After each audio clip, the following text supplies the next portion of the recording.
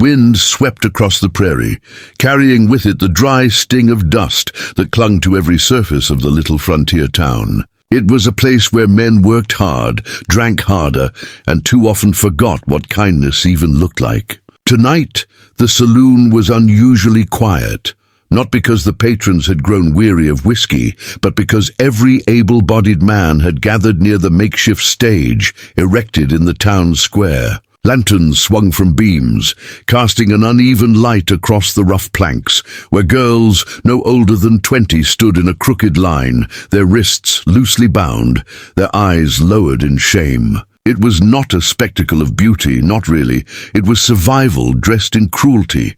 Clara stood at the far end of the line, her breath shallow, her knees weak. 19 years old, her life had been nothing but hunger and back-breaking chores on a farm that yielded little more than dust. She had begged her mother not to bring her here, not to give her away to men who saw her as nothing but flesh with a price tag. But her mother's eyes were hollow, her cheeks sunken from illness, and her voice had carried a desperate tremor. "We can't feed the little ones, Clara. If someone takes you, at least the rest might live." Those words had burned into Clara's mind, leaving her torn between rage and guilt. The auctioneer's voice thundered, shaking her from her thoughts. He was a broad man, with a belly that strained against his vest. A voice meant more for commanding cattle than handling human souls. He lifted his hand high, shouting, "Gentlemen, the last of the night and the finest prize we have. 19 years old, untouched, raised decent. Who'll give me $1 to start?" The crowd jeered, a few laughed, boots scraped against the dirt. One man with tobacco stains on his shirt spat and shouted, $1! The auctioneer nodded. "I've got one, do I hear two?" "Two!" barked another, his grin wide, his breath reeking even at a distance.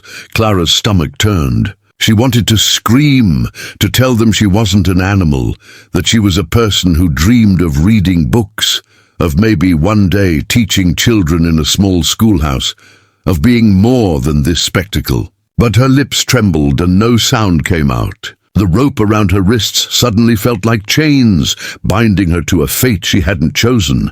The auctioneer's eyes scanned the crowd. "Come on, men, she's worth more than that.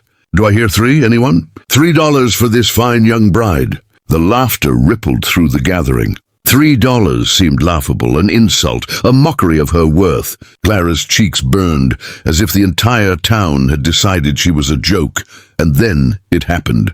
A voice rang out from the back of the crowd, deep and steady, cutting through the noise like a knife through fabric. "3!" The laughter erupted louder this time. Heads swiveled, trying to catch a glimpse of the man who dared bid such a ridiculous amount. The auctioneer himself smirked, tapping the gavel against his palm. "Well, now it looks like we've got ourselves a generous cowboy. Sold for $3! The gavel slammed against the wood, sealing her fate. Clara froze, her ears ringing. Sold. The word echoed in her skull until it was all she could hear. She wanted to vomit, to collapse, to run, but her legs refused to move. The crowd parted slowly as a figure approached, tall and imposing. His boots struck the ground with a measured pace, his spurs jingling faintly with each step. A wide-brimmed hat cast a shadow over his face, but as he drew closer, the lanterns caught the sharp outline of his jaw, the scar across his cheek, and the tired eyes of a man who had seen too much. Every instinct in Clara screamed at her to recoil, to brace for the rough hands, the leering grin, the ownership in his touch. But when he reached her, he did something no one expected. He stopped, removed his hat, and lowered himself slowly onto one knee. The crowd gasped. A hush swept over the square, broken only by Clara's sudden cry. The scream tore from her throat before she could stop it, high and raw, echoing off the wooden walls of the buildings. She jerked backward, her bound hands trembling violently. The cowboy lifted his head and his eyes met hers. They were not cruel, not mocking. They were piercing, filled with something she didn't understand, something closer to sorrow than desire. He leaned forward slightly, his voice low, just enough for her to hear over the shocked silence of the crowd. "I didn't buy you," he said softly. "I freed you." The words didn't make sense. They clashed against the fear pounding in her chest. She wanted to believe them, but how could she? She had seen too many men in this town, too many broken girls handed over like livestock. No one came here to save anyone. Yet the way he said it, steady and sure, made something stir inside her, a small flicker of confusion, of fragile hope. The townsfolk whispered among themselves, confusion spreading. Some sneered, calling it foolishness. Others muttered that the cowboy must be mad. But no one moved, no one dared laugh now. Clara's scream hung in the air long after her voice went hoarse. She stood frozen, staring down at the man who had spent $3 and then knelt before her like no man had ever done. And in that moment, though she didn't yet trust him, though terror still gripped her heart, one thing became clear. Her story wasn't going to end the way they all expected. The first rays of morning crept into the cabin, casting golden streaks across the rough-hewn wooden floor. Clara stirred slowly, unsure of where she was at first. The smell of smoke and pine, mixed with the faint scent of coffee, drifted through the air. She blinked, pushing herself up on the thin mattress, her body stiff from exhaustion. For a moment panic clawed at her chest, then memory came flooding back. The auction block, the laughter, the cowboy, his words. She hadn't dreamed them. He had taken her away from that place, not into some dingy shack or saloon room, but into this small, humble cabin on the outskirts of town.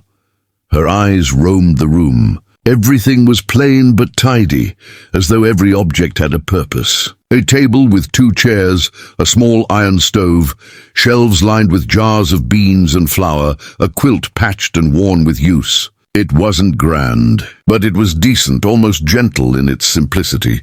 Clara pulled the blanket tighter around her shoulders, trying to understand why she was here, and more importantly, why he hadn't acted like the others would have.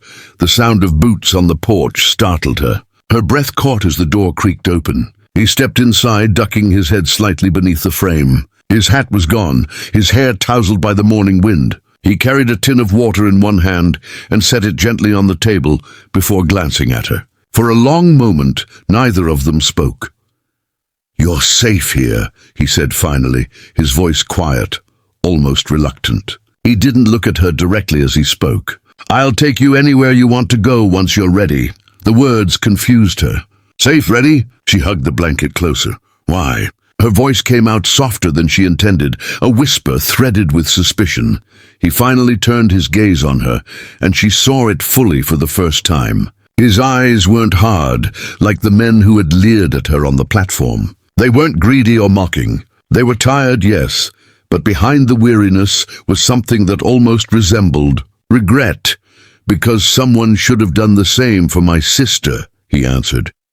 The silence stretched after that, heavy and full of questions she didn't know how to ask. He left her with food on the table, bread, beans, and a tin cup of water, then stepped outside again, leaving her alone with her thoughts. She sat there for a long time, staring at the plate, trying to swallow the lump in her throat. A man who spoke of his sister when everyone else saw her as property. A man who said he had freed her, not bought her. It didn't fit the world she knew. The days passed in slow rhythm. He worked outside, repairing fences, tending to his horses, chopping wood, while she remained mostly inside, keeping her distance. Yet she watched him. She noticed the way he carried himself, deliberate, measured, never rash. She noticed how he always left space between them, never stepping too close, never reaching for her unless it was necessary. In the evenings, he sat on the porch with a battered Bible in his lap, though half the time he only stared at the pages, his lips pressed together in thought. Clara's fear dulled into something else. Curiosity, maybe, and beneath it a gnawing shame. She had screamed when he kneeled, had spat out her fear like a wild creature trapped in a corner, yet he hadn't raised his voice at her. He hadn't forced her to stay or demanded anything in return. He had simply given her space like he understood she needed it. One night, after days of silence between them, she finally found the courage to ask. The lamp flickered on the table between them as the storm outside lashed against the cabin walls. She spoke without looking at him, her voice trembling. "Why did you kneel? Why not just take me like they expected?" For a long moment he didn't answer.